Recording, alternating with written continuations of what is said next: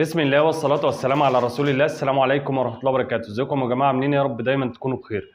امبارح احنا كلفنا الحمام، النهارده طلعنا لقيت مشاكل كتيرة جدا بالجملة حصلت مع الحمام بتاعي وخصوصا داخل السلاكة. حبيت طبعا اوريكم المشاكل وبعض الحلول اللي احنا ممكن نقدر نعملها.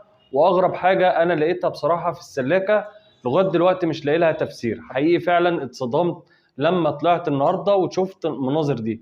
يلا بينا بقى عشان ما اطولش عليكم في المقدمة نشوف المشكلة اللي حصلت معانا. واول مشكله كده زي ما احنا شايفين كده الدكر دخل دماغه في الفتحه بتاعت السلاكه. الفتحات دي هي مش واسعه قوي بس ممكن تدخل دماغ دكر زي ما احنا شفنا كده اهو. الدكر طبعا التاني مسكه ضربه اللي هو في الباب اللي جنبه لغايه ما عدمه العافيه ومات زي ما احنا شفنا كده. طبعا الدكوره ممكن تزوف قدام بعض، الدكر ده ينخش ده. حاول بس شده كده اهو يا جماعه. الدكر راح في طيس بسبب ان هو برضه بيحاول ان هو يخرج دماغه او بيخرج دماغه. الدكر التاني طبعا ماسكه ضرب في الدماغ بتاعته من فوق، فالدكر اتكل على الله زي ما احنا شايفين كده. الدكوره طبعا كل باب قصاد بعضه، الدكوره بتناخش بعضها بتقعد تزوف قدام بعضها، ده بيحاول يضرب ده وده بيحاول يضرب ده. فممكن يكون الدكر ده دماغه دخلت كده في السلاكه معرفش يطلعها زي ما احنا شايفين كده، اتكل على الله. ودي طبعا من عيوب السلكات ومن مشاكل السلكات اللي هي ممكن تقابلك. طبعا ما بتلحقش انك انت تعمل اي حاجه، يعني لو بالصدفه شفت الدكر ده وادي النتايه بتاعته بايظه وتحتيه زغلول اهو، لو شفته هتلحقه، ما شفتوش بقى خلاص هيتكل على الله. الاسوس التانية هتبدا ان هي تضرب فيه. ودي مشكله تانية اهي برضو زغلول اهو يا جماعه. الزغلول ده لو قلت لكم ان الزغلول ده بتاع الباب التاني مش هتصدقوا، يعني ده بتاع القص اللي قدامنا الناحية التانية ده. وبرضه نفس الحكاية اللصوص التانية مسكته سحبت الزغلول وعجنته بالطريقة اللي احنا شايفينها دي وهو موتوه. يعني تنقير ده طبعا ولا فار ولا عرسة ولا اي حاجة زي ما احنا شايفين كده. الزغلول ده يعني ما اعرفش ده جه هنا ازاي وعدى ازاي من الباب ده. هل الزغلول ده بقى ممكن يكون مثلا الاهالي دول، طبعا الاهالي بتاعته، ممكن يكون الزغلول وقع هنا معرفش نطروه هم بيأكلوا او الذكر عايز يأكل والبتاع عايزة تأكل فنطروا الزغلول. الزغلول فضل طبعا ممكن يكون قاعد يزحف لغاية ما وصل للمنطقة دي. الأهالي دي طبعا ممكن يكونوا إن هم شافوا الزغلول الصغير قعدوا ينقروا فيه لغاية ما سحبوه بقى وجابوه في الحتة دي. ده يعني ده تحليلي، هل بقى ده حصل مش عارف. طبعا مفيش اي حاجه عندي في السلاكه لا فران ولا اي حاجه برضو عشان محدش يقول ان في فران او حاجه زي كده. الحمد لله مفيش خالص الحاجات دي كده. ممكن تكون الاهالي نطرت الزغلول وقع منهم، يعني قعدوا بقى يزقوا في الزغلول لغايه ما جه هنا. طبعا صحابنا بالله الناحيه التانيه قعدوا يضربوا فيه لغايه ما شدوه وخدوه في السلاكه بتاعتهم او في الباب بتاعهم وقعدوا يضربوا فيه. ده تحليل الموقف ده بالنسبة للزغلول اللي هو اتضرب. زي ما انتم شايفين كده الفرد رجليه وقع منه شبه ان هي اتقطمت نتيجة ان هو كان متشعلق على الرف اللي هو الدور التاني اللي انا كنت عامله ان احنا نزود بيه الانتاج بتاعنا. يمكن الريش اهو زي ما انتم شايفين بعض الريش موجود اللي هو بتاع رجله. حاول ان هو يفك نفسه، كان قطم رجله بالطريقه اللي احنا هنشوفها دلوقتي وهنحاول ان احنا نعالجها. زي ما احنا شايفين الرجل طبعا دي كانت يا جماعه بتلف اهي زي ما انتم شايفين. طبعا يمكن عماله تنزل ميه كده يا جماعه.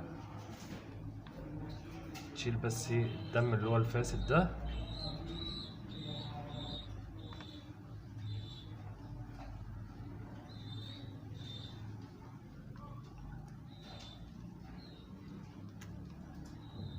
وارد العظمه بتاعت الفرد. شفتوا يا جماعه كانت طبعا رايحه الناحيه التانيه، العصب بتاعها موجود وكل حاجه، ولكن طبعا العظمه زي ما انتم شايفين اهي كانت رايحه الناحيه التانيه. لازم بقى في الوقت ده يا جماعه قبل ما نعمل اي حاجه كده احنا يعتبر نشفنا الدم زي ما انتم شايفين كده. نحاول بقى ان احنا نحط التدين بتاعنا. الحمد لله رجل الفرد بتاعنا اهي ركبنا المفصل بتاعها تاني او رديناه تاني بمعنى صح. نحط طبعا البتادين بالطريقه دي كده عشان الجرح بتاعنا يلم بسرعة. ده المفصل زي ما احنا شايفين، العصب زي ما هو مفيش اي مشكلة. الرجل زي ما احنا شايفين كده كانت مقطومة، الرجل دي كانت طبعا لفة بالطريقة اللي احنا شفناها دي، كانت لفة كده يا جماعة. لقيتها طبعا متدلدلة ولكن على الاعصاب بس. ردينا العظمة زي ما انتوا شفتوا في الفيديو. هبدأ بقى ان شاء الله اجيب حتة عصاية زي دي كده واحطها الناحية التانية بالطريقة دي كده، عشان طبعا ما يبقاش الفرد بتاعنا ان هو يدوس على الرجل او ان هو يحركها والعظمة ترجع تاني مكانها. نربط بقى بالطريقة دي كده اهي، واحطها كده في العكس الناحية التانية عشان طبعا ما تلفش عليها زي ما احنا قلنا. ونحط برضو خشبة من اليمة دي اهي، ولف لفة كده